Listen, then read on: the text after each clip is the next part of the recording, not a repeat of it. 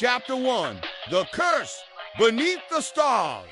Long ago, in a kingdom surrounded by forest and fog, there lived a princess named Elira, who had 11 brothers strong and kind-hearted princes who loved her dearly. Their kingdom was ruled by their cruel stepmother, Queen Swan, a sorceress who feared the loyalty the siblings held for one another.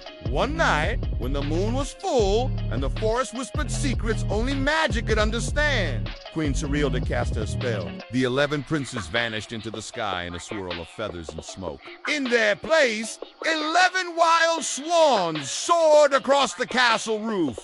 Only Elira remained. Your tongue will turn to thorns if you speak of them, the queen hissed. And your hands will bleed if you try to break the curse. And so Elira was banished from the castle with only her silence, her sorrow, and the silver thread of hope that her brothers might one day return. Chapter 2, The Fox in the Hollow. Far from the castle, in the darker part of the woods, lived two unlikely companions, a sly fox named Valtan and a weary old wolf named Brann. Valtan, the fox, was clever beyond reason. Trickster of the thickets, he made his living outwitting hunters and snatching scraps from kitchens. Brann had once ruled the deeper forest with ferocity, but now he limped on one paw and grumbled more than growled. They had once been enemies, but shared hunger and shared stories had formed a bond. One twilight, Valtan returned from a scavenging run to find Brann sniffing the air. "There's human sadness in the trees," the wolf muttered, and a whisper of feathers on the wind. Valtan's ears twitched. Sadness sounds like opportunity. The next morning, they found her Elira gathering nettles with bloodied hands beside a riverbank. She said nothing, but her eyes told stories neither beast could ignore.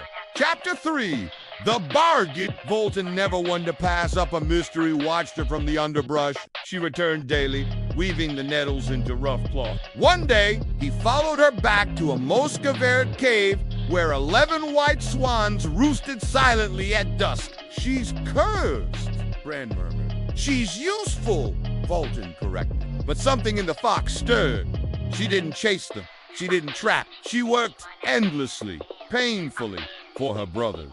And one morning, when she fainted from exhaustion, Valtan dragged her back to the cave himself.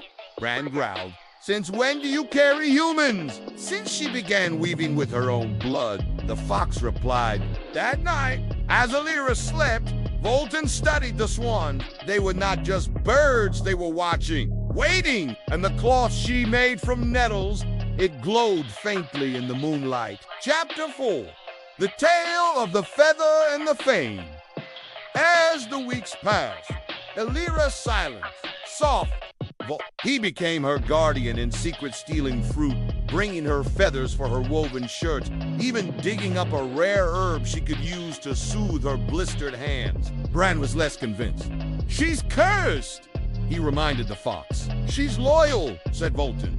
"There's a difference." One evening, as autumn rolled across the hills, Valtan crept into the queen's garden, slipping past guards and statues. There, he overheard Surelda speaking to her mirror. "She still weaves, but she will never finish.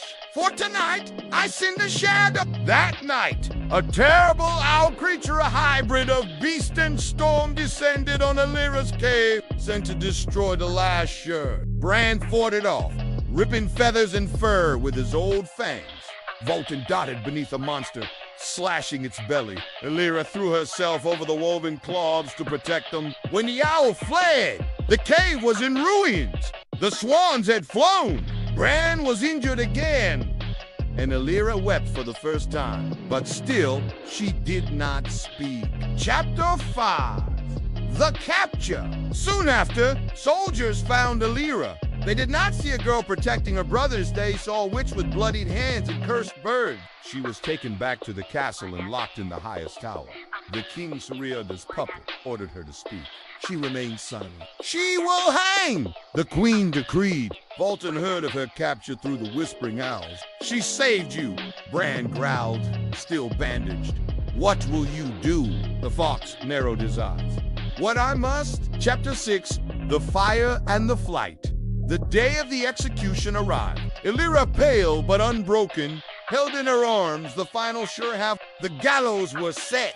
The queen smiled. As the rope was drawn tight, 11 swans descended from the sky, shrieking, circling, diving at the guards. Elira threw their shirts into the air 1-4. Each brother, one by one, they transformed mid-flight. Feathers turned to skin, beaks to voices, wings to hands. The last brother's shirt was incomplete. He landed with one arm still feathered. But they were saved until the queen shrieked, "Kill them all!" Just then, a fiery distraction erupted from the stables. A fox! On fire! Valtan had lit the hay, scattering smoke and fear across the courtyard. In the confusion, Brann burst through the outer gate, howling like a demon scattering guards. Elira collapsed in her brother's arms. The queen was gonna fled through mirrors, but the curse was broken! Epilogue with the forest remembers. In the months that followed, peace returned to the kingdom. Elira spoke again softly, wisely. She never said a cruel word. Her brothers ruled fairly, together, not as kings, but as protectors of their people. Brann returned to the woods, his strength slowly recovering. Valtan, well, he did what foxes do best. He vanished. But every spring, near the river where the nettles once grew, a young fox with an unusually intelligent face is spotted. Sitting beside him, a swan just, one always watches the water with him. Some say Elira gifted him a form that could shift. Others say cleverness has its own kind of magic. Whatever the truth, the forest remembers. A girl who bled to save her family. A wolf who fought again for justice. And a fox who learned that loyalty is the greatest trick of all. The end.